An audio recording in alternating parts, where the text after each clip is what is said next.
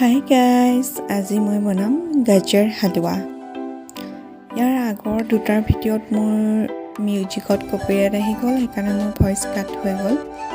আৰু যি নহওক, মই এতিয়া গাজাৰ হালৱা বনাম, তো লেটছ গো। গাজাৰ হালৱা বনাবলৈ মই 4টা গাজৰ লৈছোঁ। তাৰপাছত ইলাইচি পাউডাৰ অকণমান, বাদাম পিস্তা, চেনি 2 কাপ, গাখীৰ 1 কাপ আৰু ঘিউ 2 চামুচ।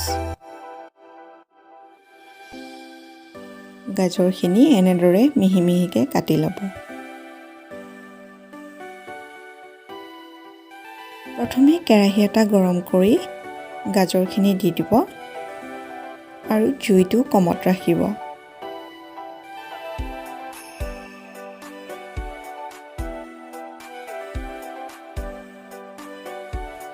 গাজৰৰ পানীখিনি শুকোৱাৰ পিছত চেনি 2 কাপ দি দিব আৰু ভালদৰে মিক্স কৰিব।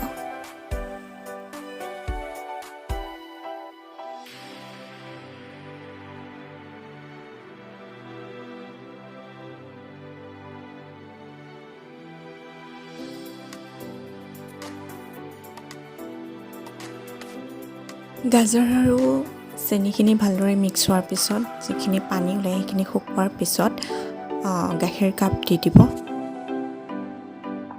ঘিউ 2 চামুচ, বাদাম পিস্তা আৰু ইলাইচি পাউডাৰখিনি দি দিব আৰু ভালদৰে মিক্স কৰিব।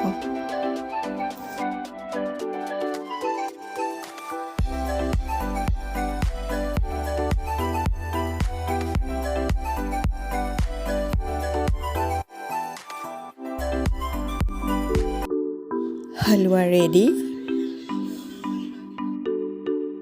ফাইনেলি গাজাৰ হালৱা ৰেডি। বনায়ো চাব আৰু খায়ো চাব।